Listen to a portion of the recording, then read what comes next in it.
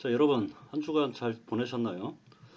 자, 이번 주는 지난 시간에 이어서 그 회계란 무엇인가 지난 시간에 이어서 이제 거래 판례소에 대해서 학습을 할 건데, 자, 거래 판례소를 학습하기 전에 지난 시간에 배운 내용을 잠깐 복습하는 차원에서 잠깐 살펴보고 거래의 판례소를 살펴보도록 하겠습니다. 자, 그래서 지난 시간에 이어서 이번 주에 학습하는 내용은 매우 중요하기 때문에 지난 시간의 내용을 잠깐 복습을 하고 이번 주 거래 판례소의 내용을 학습하도록 하겠습니다. 자, 회계란 무엇이냐? 이 재무회계라는 것은 결국 두 가지 절차인데, 자, 재무회계라는 것은 결국 장부 작성을 해서 결산 절차를 통해서 재무제표를 작성하는 겁니다. 자, 그래서 재무제표를 작성해서 기업 실체의 정보 이용자에게 재무정보를 산출해서 보고하는 것이죠. 자, 그래서 이 장부 작성은 이 기업의 거래를 인식해서 측정해서 기록하는 절차를 장부 작성이라고 얘기를 하는 거고, 자, 이러한 장부 작성의 첫 단계가 분계, 즉 회계 처리라고 얘기를 했습니다. 자, 그래서 분계를 해서 회계 처리를 하고 장부를 마감하는 절차를 통해서 결산 분계를 해서 재무제표를 작성하는 게 결산 절차라는 거죠. 그래서 그 결산 절차를 통해서 이 재무제표가 작성돼서 어떻게 이 외부 또는 내부 정보 이용자에게 재무정보를 전달해 주는지에 대해서 삼성전자의 예를 통해서 아마 여러분들한테 지난 시간에 얘기를 했을 겁니다.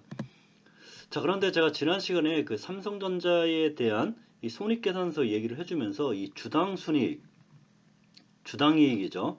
자, 기본 주당이익.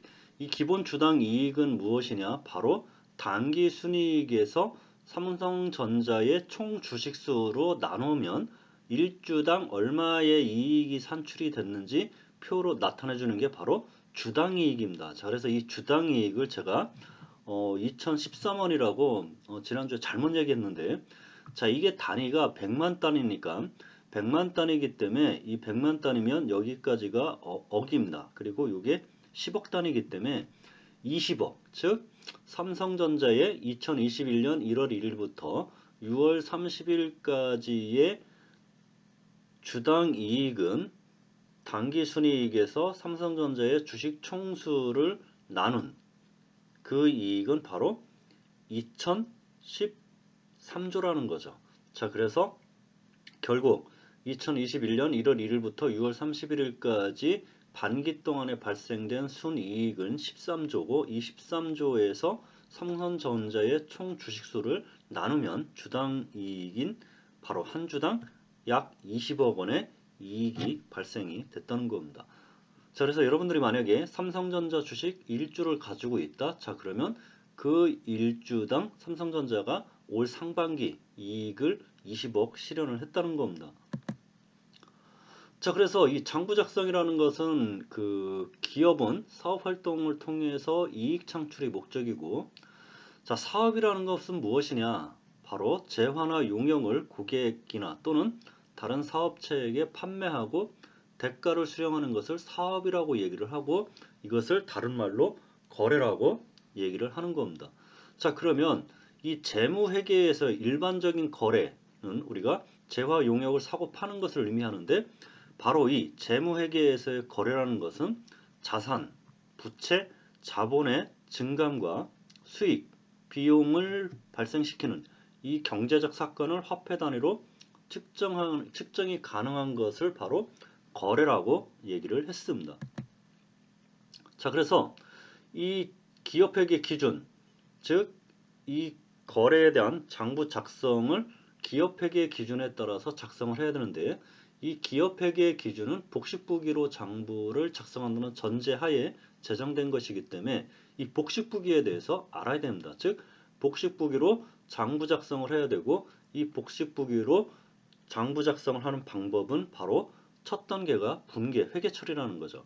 자, 그러면 복식부기라는 것은 무엇이냐? 바로 어떠한 거래를 장부에 기록할 때 한쪽에 기록된 금액은 반드시 다른 한편에 동일한 금액으로 기록해야 되는 것을 복식부기라고 얘기를 했고, 자, 이러한 거래에 대해서 복식부기로 장부를 작성하는 첫 번째 단계는 바로 회계처리 또는 분계라고 얘기를 했습니다. 자, 그러면 분계라는 것은 무엇이냐? 바로 거래를 계정 과목과 금액으로 구분해서 양쪽에 기록하는 것을 분계라고 얘기를 하는 겁니다. 자, 여기까지가 학습한 내용이죠. 자, 그래서 거래를 한번 예를 들어보면, 자, 2021년 1월 1일에 A 상품 1,000원을 외상으로 구입을 했습니다. 자, 그러면 상품 1,000원을 구입한 A 상품 계정 과목 금액 1,000원을 기록하고, 반대편에는 바로 외상매입금 계정 과목 1,000원 금액을 기록을 하는 겁니다. 자, 그러면 복식부기라는 것은, 복식부기로 장부 작성을 한다는 것은 첫 번째 단계가 분계, 회계처리인데, 거래에 대한 회계처리, 거래에 대한 분계라고 얘기를 합니다. 이 거래에 대한 분계는 바로 이 슬러시를 기준으로 해서 좌측에는 A 상품이라는 계정 과목 금액 1,000원을 기록하고, 이 슬러시를 기준으로 우측에는 외상매입금이라는 계정 과목과 금액 1,000원을 기록을 합니다. 자, 그래서 이 슬러시를 기준으로 해서 왼쪽으로 기록하는 것을 우리가 실무상 차변이라고 얘기를 했고, 이 슬러시를 기준으로 오른쪽에 기록하는 것을 실무상 대변이라고 얘기를 했습니다. 자, 그리고 이 분계에서 보았듯이 이 재무회계는 반드시 이 차변합계와 대변합계가 반드시 일치를 해야 됩니다. 자, 이것을 바로 대차평균의 원리라고 얘기를 하는 거죠. 자, 그래서 지난 시간에는 자, 이렇게 학습을 했습니다. 자, 그래서 이제 이번 주 학습할 내용, 거래의 8요소에 대해서 살펴보도록 하겠습니다. 자, 그러면 거래의 8요소라는 것은 무엇이냐? 자, 바로 재무회계에서의 거래는 자산이라든지 부채, 자본의 증가 또는 자산, 부채, 자본의 감소입니다. 자, 그리고 비용이 발생됐거나 수익이 실현된 것으로 재무회계에서의 거래는 정의를 하고 있죠. 자, 그러면 이를 세분해서 보면, 자, 기업의 거래라는 것은 자산의 증가, 자산의 감소, 부채의 증가, 부채의 감소, 자본의 증가, 자본의 감소, 비용의 발생, 수익의 실현, 이 8가지로 구성이 되어 있다는 겁니다. 자, 그러면 기업의 거래라는 것은 결국 8가지의 거래 요소로 구성되어 있는데, 자, 이것을 바로 거래의 8요소라고 얘기를 하는 겁니다. 자, 그러면 이러한 거래의 8요소를 토대로 기업의 거래에 대한 모든 분계를 할 수 있기 때문에, 자, 여러분들이 이 재무회계를 이해하는 데 있어서 거래의 8요소는 매우 중요하기 때문에 잘 여러분들 학습을 하고 잘 듣고 이해를 하셔야 됩니다.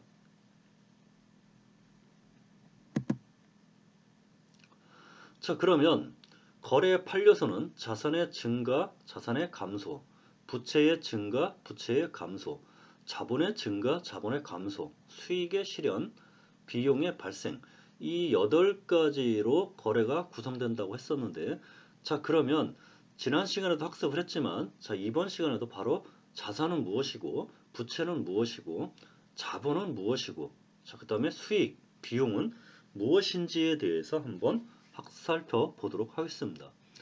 자, 자산이라는 것은 결국 기업이 소유하고 있는 경제적 가치가 있는 유형 또는 무형의 재산을 말합니다. 즉, 이것은 과거의 거래로서 현재 기업에 의해서 지배되고 미래의 경제적 효익을 창출할 것으로, 기업의 미래의 경제적 효익을 창출할 것으로 기대되는 자원을 바로 자산이라고 얘기를 하는 겁니다.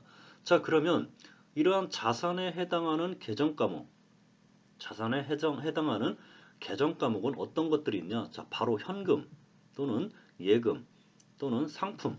자, 상품 같은 것은 판매를 함으로써 미래에 판매를 함으로써 기업의 현금이 들어오고, 자, 그러면 현금이라는 기업의 경제적 효익이 창출이 되는 겁니다.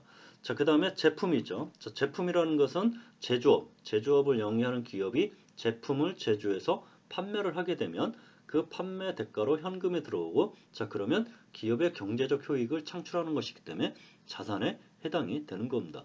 자, 그래서 이렇게 과거의 거래로서 현재 기업에 의해 지배되고 미래의 경제적 효익을 창출할 것으로 기대되는 자원, 즉 기업이 소유하고 있는 경제적 가치가 있는 유형, 무형의 재산을 바로 자산이라고 얘기를 하는데, 자, 이런 자산에 해당하는 계정 과목들은 현금, 예금, 상품, 제품 여러 가지 기업이 가지고 있는 재산을 이런 자산 계정 과목에 해당이 되는 겁니다.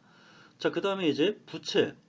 부채라는 것은 무엇이냐? 바로 기업이 은행 등을 통해서 자금을 빌리는 것으로서 과거의 거래로 현재 기업이 부담하고 있는 미래의 자원이 유출이 예상되는 의무를 바로 부채라고 얘기를 하는 거죠. 자, 그러면 이러한 부채에 해당하는 계정 과목은 무엇이냐? 바로 차입금입니다. 자, 차입금이라는 것은 기업이 은행으로부터 돈을 빌려오죠. 자, 그러면 그 돈을 가지고 기업이 영업활동을 통해서 돈을 벌어서 다시 은행한테 차입금을 상환해야 됩니다. 즉, 기업한테, 은행한테 돈을 갚아야 되죠. 자, 그러면 차입금을 상환할 때는 바로 현금이라는 기업의 자원이 기업 밖으로 유출되는 거죠. 즉, 은행으로 유출되는 거기 때문에 결국 기업이 은행 등을 통해서 자금 등을 빌리는 것으로서 과거의 거래로 현재 기업이 부담하고 있는 미래의 자원의 유출이 예상되는 의무를 말하는 겁니다. 즉 차입금을 말하는 거죠. 자, 그리고 미지급금.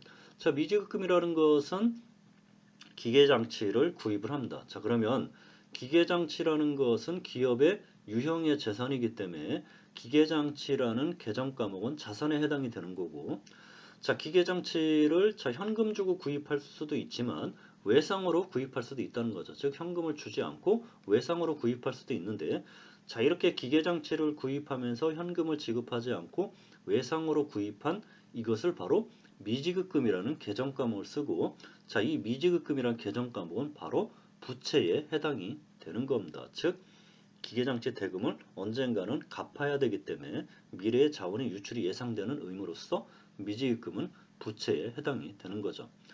자, 그 다음에 이제 자본이라는 것은 무엇이냐? 이 자본이라는 것은 바로 기업이 사업을 시작하거나 유지하기 위해서 이 사업주가 기금을 출자를 하게 되는데, 자, 이것을 자본이라고 얘기를 하는 겁니다. 또는 기업의 자산 총액에서 이 부채 총액을 차감한 잔여액을 자본이라고도 얘기를 하고, 자, 이러한 것은 결국 순자산으로서 출자자가 기업 자산에 대한 소유주가 이 청구할 수 있는 청구권에 해당이 된다는 거죠. 자, 그러면 이러한 자본에 해당되는 계정 과목은 무엇이냐? 바로 자본금이라는 겁니다. 자, 자본금이라는 것은 자, 기업을 운영하기 위한 자금을 끌어들이기 위해서, 이 자금을 끌어들이기 위해서는 두 가지 방법이 있는데, 하나는 자, 차입의 형태로 자금을 차입하는 게 있습니다. 그래서 자금을 차입하는 경우는 부채, 차입금이라는 계정감으로서 부채에 해당이 되는 거고, 자, 또는 이 소유주나 투자자한테 투자를 받는 거죠. 자, 그래서 이렇게 소유주나 투자자한테 투자를 받음으로써 기업의 운영자금을 확보하는 것을 바로 자본금이라고 얘기를 하는 겁니다. 자, 또는 기업, 법인으로 사업을 운영하기 위해서, 주식회사로 사업을 운영하기 위해서 주주가 주식회사에 자본금을 출자를 해야 되는데, 자, 최초로 출자하는 이 자본금, 이것을 자본금이라고 얘기를 하고, 자, 그 다음에 이익잉여금이 있습니다. 자, 이익잉여금이라는 것은 결국 기업이 영업활동을 통해서 벌어들인 매년 이익이 있을 겁니다. 그 매년 이익을 누적해 놓은 것이 바로 이익잉여금이라는 겁니다. 자, 그래서 자본금이라든지 이런 이익잉여금의 계정 과목을 쓰는 것은 바로 자본이라는 거죠. 자, 그 다음에 이제 수익이 있습니다. 수익이라는 건 무엇이냐? 자, 수익이라는 것은 기업이 경제활동의 대가로 얻은 경제적 가치를 말하는 겁니다. 즉, 기업이 경영활동과 관련해서 재화를 판매하거나 또는 기업이 경영활동과 관련해서 용역을 제공함으로써 그 재화의 판매 또는 용역의 제공 등에 대한 대가로 발생하는 자산의 유입 또는 부채의 감소를 의미를 하는 겁니다. 자, 그래서 이 수익에 해당되는 계정 과목은 매출액, 이자 수익, 뭐 임대 수익 등이 있는데, 자, 매출액이라는 것은 무엇이냐? 자, 기업이 뭐 상품, 도매업을 한다. 자, 기업이 도매업을 한다 그러면 상품을 구매를 해서 상품을 뭐 100원에 구매했다 그러면 상품을 뭐 200원에 판매를 하는 겁니다. 자, 그러면 이 상품을 100원에 구매한 것은 바로 조금 이따 살펴보겠지만 비용에 해당되는 매출 원가가 되는 거고, 이 상품 100원에 구매를 해서 200원에 판매한 것은 바로 매출액이 되는 겁니다. 자, 그러면 이러한 A 상품을 구매한 것은 매출 원가가 되는 거고, 구매한 A 상품을 판매한 것은 매출액이 되는데, 자, 이 매출액은 바로 매출을 일으킴으로써 바로 현금을 수취하게 되죠. 자, 매출하면서 현금 매출을 하게 되면 현금이 발생이 되고, 이 현금은 바로 자산에 해당이 되기 때문에 결국 자산이 유입이 되는 겁니다. 자, 그리고 이 매출이 현금을 받고 매출을 할 수도 있지만 외상 매출을 하는 경우도 있습니다. 자, 그러면 매출을 했는데 외상으로 매출했다. 자, 그러면 외상 매출금이 되는 거고, 이러한 외상 매출금은 바로 자산에 해당이 되기 때문에 자산에 유입이 되는 겁니다. 자, 그리고 만약에 이 기업이 부동산 임대업을 한다. 자, 그러면 부동산 임대를 통해서 임대료를 받을 겁니다. 자, 그러면 그러한 임대료는 바로 수익이 되는 거고, 자, 그러한 임대료에 대해서는 바로 임대수익 또는 임대료라는 계정 과목을 쓰는 거고, 자, 그러한 임대료는 현금으로 받을 것이기 때문에 현금이라는 자산이 유입되는 겁니다. 자, 이제 마지막으로 비용에 대한 개념을 살펴보도록 하겠습니다. 자, 비용이라는 것은 무엇이냐? 자, 물건을 사거나 어떤 일을 하는데 드는 비용을 바로 비용이라고 하죠. 자, 이 얘기는 무슨 얘기냐? 자, 기업이 경영활동과 관련된 재화를 판매한다든지 또는 용역을 제공하기 위해서는 그에 따른 자산의 유출이라든지 또는 부채가 증가하게 되는데, 자, 이것을 예를 들어보면 조금 전에 수익에서 예를 들었듯이, 자, 기업이 A 상품을 100원에 구매해서 200원에 판매를 합니다. 자, 그러면 판매한 200원은 매출이 되는 거고, 자, A 상품을 구매한 100원은 매출 원가가 되는 겁니다. 자, 그러면 A 상품 100원은 매출 원가가 되고, 자, 이 A 상품을 현금을 주고 구매를 했으면, 자, 현금이라는 자산이 유출이 되는 거고, 자, 이 A 상품을 외상으로 구매를 했다.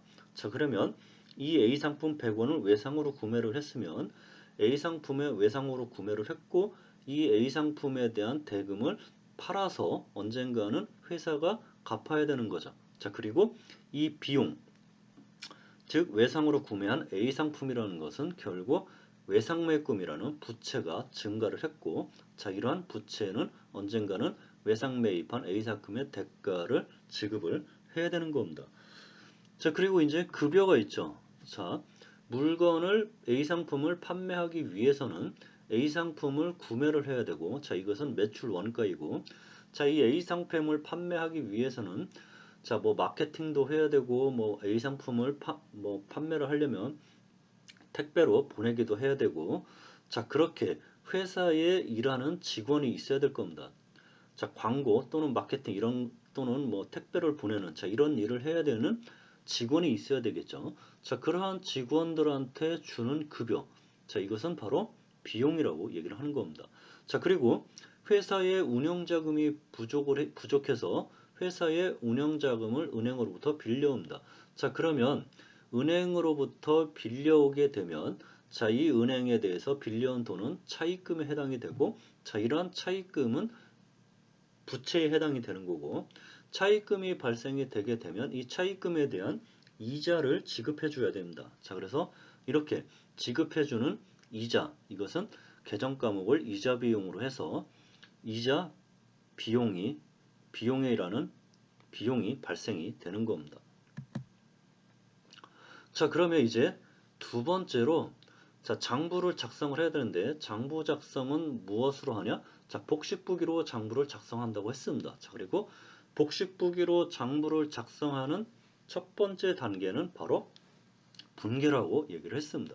자, 그러면 분계를 하기 위해서는, 자, 계정 과목에 기준점이 있습니다. 계정 과목에 기준점을 토대로 이 개정 과목의 기준점을 토대로 어떤 것은 차변으로 오고 어떤 것은 대변으로 오는 거죠. 자, 그러면 이 분계를 하기 위한 개정 과목의 기준점에 대해서 살펴보도록 하죠. 자, 분계라는 것은 개정 과목과 금액으로 구성이 되는데 이 개정 과목의 기록을 차변에 해야 되는지 또는 대변에 해야 되는지가 거의 분계의 핵심이라고 보시면 됩니다. 즉 개정 과목, 즉 분계라는 것은 개정 과목과 금액으로 구성돼서 차변에 또는 대변에 기록을 해야 되는데 결국 개정 과목을 차변에 기록해야 되는지 또는 대변에 기록해야 되는지가 분계의 핵심이고 거의 분계의 다라고 보시면 되는 겁니다. 자, 그러면 이러한 분계라는 것은 바로 일정한 규칙에 따라서 개정 과목을 차변에 기록하든지 또는 대변에 기록을 해야 되는 겁니다. 자, 바로 이 개정 과목을 차변에 기록해야 되는지 또는 대변에 기록해야 되는지 바로 그 기준점이 되는 것이 바로 개정 과목의 잔액이 되는 겁니다. 자, 이 개정 과목의 잔액을 차변에 기록하는지 또는 개정 과목의 잔액이 대변에 기록하는지 여부입니다. 즉, 이 분계를 하기 위한 개정 과목의 기준점이 바로 개정 과목의 잔액을 차변에 기록하는지 또는 대변에 기록하는지가 이 개정 과목의 기준점이라는 거죠. 자, 이 얘기는 무슨 얘기냐? 자, 자산이라는 잔액의 개정 과목을 차변에 기록하는지 또는 대변에 기록하는지. 자, 그래서 자산이라는 개정 과목은 차변에 기록을 해야 되는데, 자, 그렇다면 이 자산의 개정 과목의 잔액은 차변에 기록하기 때문에 자산의 증가는 차변, 자산의 감소는 대변. 자, 이런 식으로 개정 과목의 잔액이 어디에 기록되는지에 따라서 그 기준점을 잡고 그 개정 과목을 차변 또는 대변에 기록하면 되는 겁니다. 자, 그래서 자산의 잔액은 차변에 기록되는지 대변에 기록되는지 또는 부채의 잔액은 차변에 기록되는지 대변에 기록되는지. 자, 그리고 자본의 잔액은 차변에 기록되는지 대변에 기록되는지. 자, 그리고 수익의 실현은 차변에 기록되는지 또는 대변에 기록되는지. 또 비용의 발생은 차변에 기록되는지 대변에 기록되는지. 자, 이것을 바로 분계를 하기 위한 개정 과목의 기준점이라고 하는 겁니다. 자, 그래서 기업의 재무정보를 제공하기 위해서는 복식부기로 장부를 작성을 해야 되고 이 분계는 바로 장부 작성의 첫 번째 단계로서 매우 중요하다고 할 수 있습니다. 자, 그리고 이러한 분계는 일정한 규칙에 따라서 개정 과목을 차변 또는 대변에 기록해야 되는데 자, 그 기준점은 바로 무엇이냐? 개정 과목의 잔액을 보고 기준을 삼는데 자, 이 개정 과목의 잔액이 차변에 기록한다? 자, 그러면 자산, 부채, 자본의 증가에 대해서는 차변에 기록 아닙니다. 자, 개정 과목의 잔액이 다시 말씀드리죠. 개정 과목의 잔액이 차변에 기록하면 증가에 대해서는 차변에 기록하고 감소에 대해서는 대변에 기록하는 겁니다. 자, 또는 개정 과목의 잔액이 대변에 기록한다. 자, 그러면 증가에 대해서는 대변에 기록하고 감소에 대해서는 차변에 기록을 하는 거죠. 자, 그러면 이제 하나씩 살펴보도록 하죠. 자, 그러면 이제 개정 과목의 잔액이 차변에 기록되는 게 있습니다. 자, 그게 자산인데 자산의 잔액은 차변에 기록하고 비용이 발생된 경우에도 차변에 기록을 합니다. 자, 그래서 이 개정 과목의 잔액이 차변에 기록되는 경우, 즉 자산, 부채, 자본, 비용, 수익 이 다섯 가지 개정 과목 중 개정 과목의 잔액이 차변에 기록되는 것은 바로 자산과 비용입니다. 자, 그래서 우선 자산과 비용에 대한 분계를 어떻게 하는지에 대해서 학습을 하도록 하죠. 자, 여기까지 하고 잠시 쉬었다 하도록 하겠습니다. 자, 잠시 쉬었다 하죠.